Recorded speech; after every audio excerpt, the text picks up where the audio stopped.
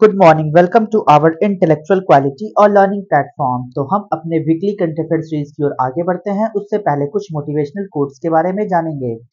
समय और शिक्षा का सही उपयोग ही व्यक्ति को सफल बना देता है।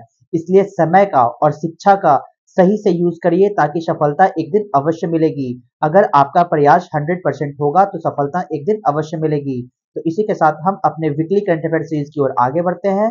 उससे पहले आप सभी लोग टेलीग्राम ग्रुप पर जुड़ जाइएगा। यहाँ पे आपको सारे पीडीएफ प्रोवाइड होंगे हमारे यूट्यूब सेशंस के। तो चलिए 24 मार्च से लेकर 30 मार्च 2024 के सारे करंट अफेयर्स को हम कवर करेंगे। तो वीडियो के अंत तक बने रहिएगा।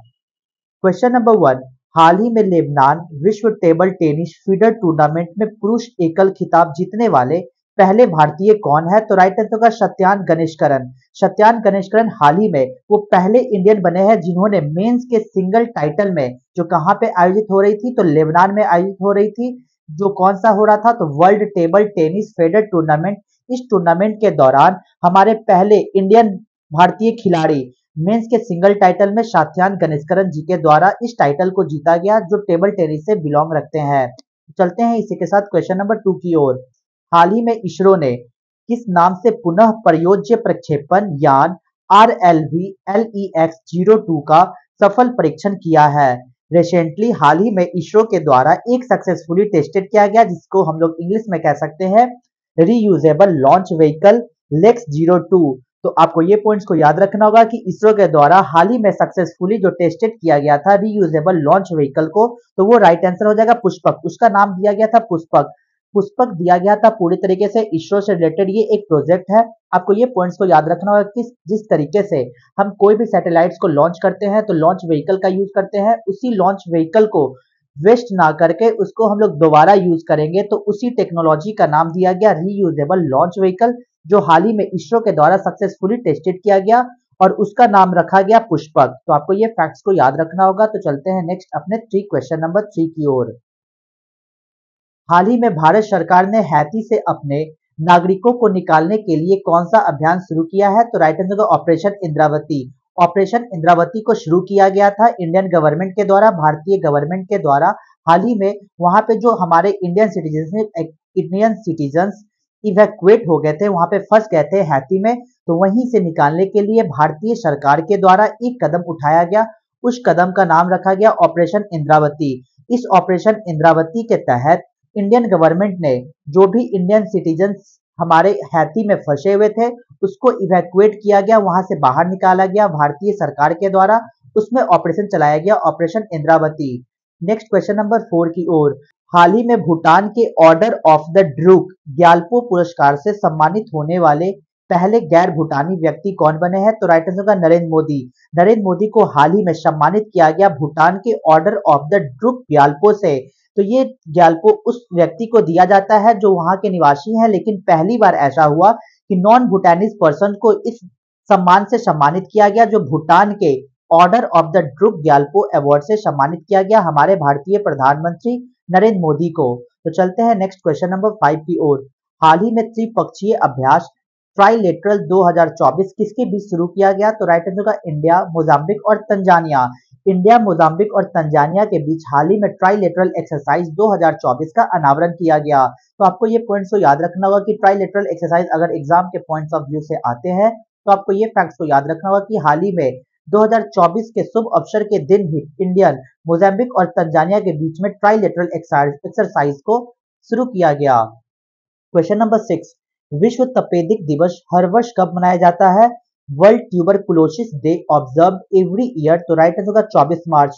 24 मार्च को हर वर्ष वर्ल्ड ट्यूबरकुलोसिस डे के रूप में सेलिब्रेट करते हैं। तो आपको ये फैक्ट्स को याद रखना होगा। तो चलते हैं इसी के साथ क्वेश्चन नंबर 7 की ओर। गुड इनफ एनर्जी भारत की पहली बैटरी स्टोरेज गीगा फैक्ट्री कहां शुरू करेगी? तो राइट आंसर होगा जम्मू एंड कश्मीर। जम्मू एंड कश्मीर में हाल ही में गुड इनफ एनर्जी स्टार्ट किया गया, जो इंडिया का पहला first battery storage giga factory है, जो हाल ही में जम्मू एंड कश्मीर में इसको आयोजन किया गया।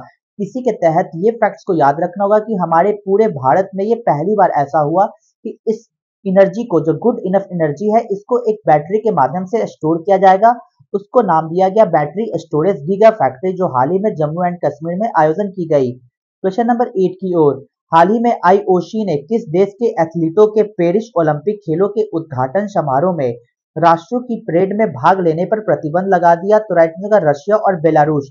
रशिया और बेलारूस के प्लेयर को इंडियन ओलंपिक कमेटी के द्वारा हाल ही में बैन कर दिए गए उनके एथलीटों को कि वो लोग पार्टिसिपेट नहीं करेंगे parade of Nations at the opening ceremony of the Paris Olympic games. Paris Olympic games के दौरान जो सेरेमनी ओपनिंग सेरेमनी के दौरान जो परेड नेशन होगी उस परेड नेशन में रशिया और बेलारूस के एथलीट्स को पार्टिसिपेट नहीं करने दिया जाएगा। ऐसा कमेटी का गठन किया गया, ऐसा कमेटी का दावा किया गया कि इंडियन ओलंपिक कमेटी ने ये पूरी तरीके से बताई कि उन्होंने बैन कर दिए हैं इनके एथलीटों को कि वो ओपनिंग सेरेमनी में पार्टिसिपेट नहीं करेंगे जो पेरिस ओलंपिक गेम्स 2024 हाल ही में आयोजन होने वाला है। नेक्स्ट क्वेश्चन नंबर 9 की ओर। वर्ष 2024 के लिए विश्व दूरसंचार मानकीकरण सभा की मेजबानी कौन करेगा? तो राइट आंसर होगा इंडिया। इंडिया हाल ही में होस्ट करने वाली है वर्ल्ड टेलीकम्युनिकेशन स्टैंडर्डाइजेशन असेंबली का 2024 के विश्व दूरसंचार मानकीकरण सभा की मेजबानी भारत देश करने वाली है। Question number 10। हाल ही में त्रिनेत्र ऐप 2.0 किसने लॉन्च किया? तो राइट आंसर होगा उत्तर प्रदेश। उत्तर प्रदेश गवर्नमेंट के द्वारा हाल ही में त्रिनेत्र ऐप 2.0 को लॉन्च किया गया। जितने भी स्टेट के स्कीम्स होते हैं तो उनको आपको फैक्ट्स के माध्यम से याद रखना होगा कि उत्तर प्रदेश के हाल ही में लॉन्च किया गया त्रिनेत्र ऐप 2.0 जो पूरी तरीके से क्राइम को कंट्रोल करेगी। क्राइम पर निगरानी रखने के लिए उत्तर प्रदेश के पुलिस के द्वारा हाल ही में त्रिनेत्र ऐप 2.0 को लॉन्च किया गया। Next question number 11। हाल ही में डोल जात्रा महोत्सव कहाँ मनाया गया? तो राइट आंसर होगा वेस्ट बंगाल। वेस्ट बंगाल में हाल ही में डोल जात्रा महोत्सव को सेलिब्रेट किया गया। तो आपको ये फैक्ट्स को याद रखना होगा कि डोल जात्रा महोत्सव किस स्टेट से बिलोंग रखती है? तो ये वेस्ट बंगाल से बिलोंग रखती है। नेक्स्ट चलते हैं क्वेश्चन नंबर 12 की ओर। हाल ही में संपर्क रहित भुगतान के लिए फ्लैश पे किसने लॉन्च किया है? तो राइट आंसर होगा फेडरल बैंक। फेडरल बैंक के द्वारा हाल ही में लॉन्च किया गया एक फ्लैश पे जो पूरी तरीके से कॉन्टैक्टलेस पेमेंट पर वर्क करेगी। इसमें क्या होगा कि बिना कांटेक्ट किए किसी को हम लोग पेमेंट कर सकते हैं और किसी से पेमेंट ले सकते हैं। तो ये फ्लैश पे लाया गया पूरी तरीके से कॉन्टैक्टलेस पेमेंट कॉन्टैक्टलेस भुगतान को प्रयोग करने के लिए फेडरल बैंक के द्वारा इसे लॉन्च किया गया और इसकी अप्रूवल एनपीसीआई के द्वारा इसे अप्रूवल दे दिया गया। तो चलते हैं नेक्स्ट क्वेश्चन नंबर 13 की ओर। हाल ही में नारियल की नई बौनी किस्म कल्पा सुवर्णा कहाँ लॉन्च की गई? तो राइट आंसर कर्नाटका। कर्नाटका में हाल ही में नया ड्वार्फ वेराइटी ऑफ कोकोनट को लॉन्च किया गया। उसका नाम दिया गया कल्पा सुवर्णा। कल्पा सुवर्णा जो पूरी तरीके से बौनी किस्म नारियल की बौनी किस्म पर आधारित है जो कर्नाटका के द्वारा हाल ही में इस वेराइटी को लॉन्च किया गया। नेक्स्ट क्वेश्चन नंबर 14 की ओर। हाल ही में पृथ्वी के सबसे दूरस्थ बिंदु नीमू तक पहुंचने वाले पहले व्यक्ति कौन बने हैं? तो right answer Chris Brown. Chris Brown ji हाल ही में वो पहले व्यक्ति बने हैं जिन्होंने पृथ्वी के सबसे दूरस्थ बिंदु नीमो तक पहुंचने वाला पहला व्यक्ति बनकर इतिहास में अपने रिकॉर्ड को दर्ज किया। तो आपको ये पॉइंट्स को याद रखना होगा कि नीमो कहाँ पे है? तो नीमो न्यूयॉर्क में लोकेटेड है जो दक्षिणी प्रशांत सागर के सबसे दक्षिणी छोर पर ये स्थित है और यहीं पर अचीव कर इस बिंदु तक पहुंचकर क्रिस ब्राउन ने अपने इतिहास के पन्नों में नाम को दर्ज करवाया। तो चलते हैं नेक्स्ट क्वेश्चन नंबर 15 की ओर।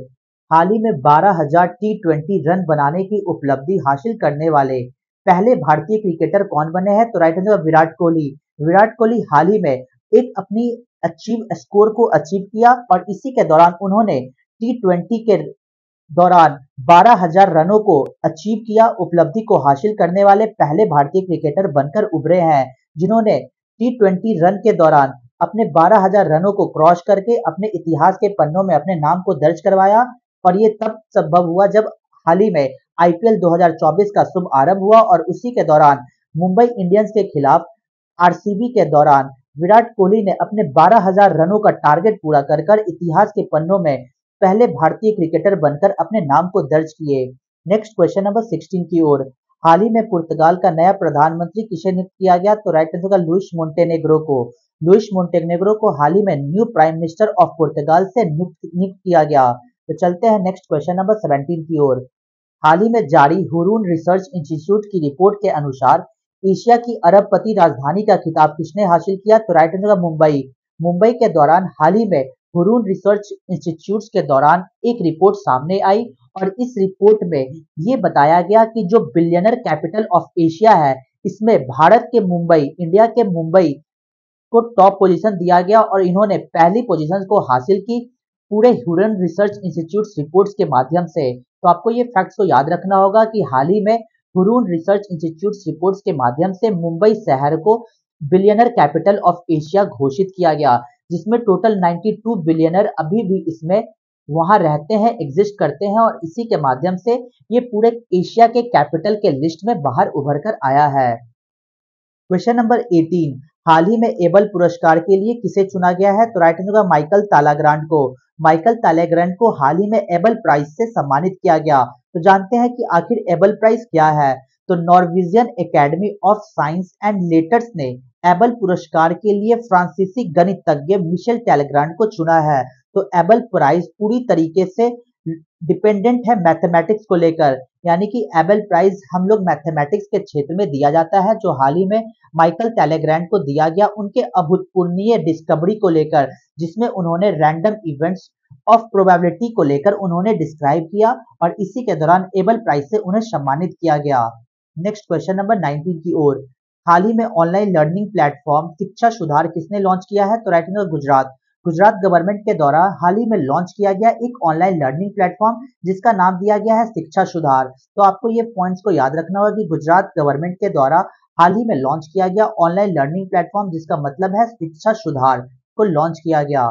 नेक्स्ट क्वेश्चन नंबर 20 की ओर, हाल ही में किस उच्च न्यायालय ने मदरसा शिक्षा अधिनियम 2004 को असंवैधानिक घोषित किया है? तो राइट आंसर होगा इलाहाबाद। इलाहाबाद हाई कोर्ट ने हाल ही में डिक्लेयर किया कि मदरसा एजुकेशन एक्ट जो 2004 है उसको पूरी तरीके से असंवैधानिक घोषित करके इलाहाबाद हाई कोर्ट ने अपने पक्ष को रखा है और मदरसा एजुकेशन एक्ट 2004 को असंवैधानिक घोषित करके इसको निरस्त कर दिया गया। तो नेक्स्ट क्वेश्चन नंबर 21 की ओर, हाल ही में एवर रेडी बैटरी ने किसे अपना ब्रांड एम्बेसडर घोषित किया है? तो राइट आंसर होगा नीरज चोपड़ा। नीरज चोपड़ा को हाल ही में एवर रेडी बैटरी का नया ब्रांड एम्बेसडर के रूप में नियुक्त किया गया। तो आपको ये पॉइंट्स को याद रखना होगा कि एवर रेडी बैटरी जो हम लोग डेली लाइफ में बैटरी को यूज करते हैं, उनके नए ब्रांड एम्बेसडर के रूप में किन्हें नियुक्त किया गया? तो नीरज चोपड़ा को। नेक्स्ट क्वेश्चन नंबर 22 की ओर, हाल ही में किसने दो प्राचीन तारा धाराओं शिव और शक्ति की खोज की है? तो राइट आंसर गिया टेलीस्कोप। गिया टेलीस्कोप के दौरान हाल ही में दो एंशियंट स्टार को खोजा गया जिसका नाम रखा था शिव और शक्ति। तो जानते हैं इनके डिटेल पॉइंट्स के बारे में। यूरोपीय अंतरिक्ष एजेंसी के गया अंतरिक्ष दूरबीन ने तारों को दो प्राचीन धाराओं की पहचान की है जिसका नाम हिंदू देवताओं शक्ति और शिव के नाम पर रखा गया है और यह खोज जर्मनी में Max Planck Institute for Astronomy की ख्याति महान के नेतृत्व में की गई थी। तो आपको ये पॉइंट्स को याद रखना होगा कि गिया टेलीस्कोप जो पूरी तरीके से यूरोपीय अंतरिक्ष एजेंसी के दौरान चलाई जाती है और इसी के दौरान इसके दूरबीन से उन दो तारों को प्राचीन धाराओं को खोज की गई और उसका नाम रखा गया हमारे हिंदू देवताओं के नाम पर, जिनका नाम दिया गया शिव और शक्ति। इन्हीं के नाम पर इस दो ताराओं का नाम रखा गया। चलते हैं नेक्स्ट क्वेश्चन नंबर 23 की ओर, हाल ही में चर्चित सी विजिल ऐप किससे संबंधित रखता है? तो राइट आंसर होगा election commission of India. Election commission of India के दौरान हाल ही में लॉन्च किया गया सी विजिल ऐप। तो भारतीय चुनाव आयोग इलेक्शन कमीशन ऑफ इंडिया ने हाल ही में सी विजिल ऐप के जरिए चुनाव प्रक्रिया पर कड़ी नजर रख रहे हैं और यह ऐप नागरिकों को फोटो और वीडियो कैप्चर करके आदर्श आचार संहिता और चुनाव व्यय के उल्लंघन की रिपोर्ट करने की अनुमति देता है। तो आपको ये पॉइंट्स को याद रखना होगा कि हाल ही में इलेक्शन कमीशन ऑफ इंडिया के दौरान सी विजिल ऐप को लाया गया जो पूरी तरीके से हमारे जनता को ये प्रोवाइड की गई कि जिस भी नेताएं, जिस भी पॉलिटिकल पार्टी अगर कोई भी कानून का उल्लंघन करती है आचार संहिता लगने के दौरान, तो आप लोग डायरेक्ट उसको इमेज क्लिक कर सकते हैं, फोटो या वीडियो को कैप्चर कर सी विजिल ऐप के माध्यम से आप भेज सकते हैं। और इलेक्शन कमीशन ऑफ इंडिया के द्वारा यह भी कहा गया कि 100 दिन के भीतर इसमें 100 मिनट के भीतर पूरी तरीके से इस पे कार्रवाई की जाएगी। तो आपको ये फैक्ट्स को याद रखना होगा कि इलेक्शन कमीशन ऑफ इंडिया के दौरान हाल ही में सी विजिल ऐप को लाया गया। नेक्स्ट क्वेश्चन नंबर 24, हाल ही में चर्चा में रही फ्रांसिस स्कॉट ब्रिज ढहने की घटना कहाँ की गई? तो राइट आंसर होगा यूनाइटेड स्टेट ऑफ अमेरिका की है। फ्रांसिस स्कॉट ब्रिज, ये एक जहाज से टकरा जाने की वजह से ये जो फ्रांसिस स्कॉट ब्रिज था ये पूरी तरीके से कोलैप्स हो गया। जो कहाँ पे लोकेटेड है? तो यूनाइटेड स्टेट ऑफ अमेरिका में ये लोकेटेड है। तो आपको ये पॉइंट्स को याद रखना होगा कि जो फ्रांसिस स्कॉट ब्रिज है इसमें फ्रांसिस स्कॉट नाम क्यों पड़ा? तो यूनाइटेड स्टेट ऑफ असेंबली के नेशनल एंथम के जनक फ्रांसिस स्कॉट के नाम पे ही इस ब्रिज का नाम रखा गया और ये ब्रिज हाल ही में एक जहाज के टकरा जाने की वजह से वो कोलैप्स हो गई।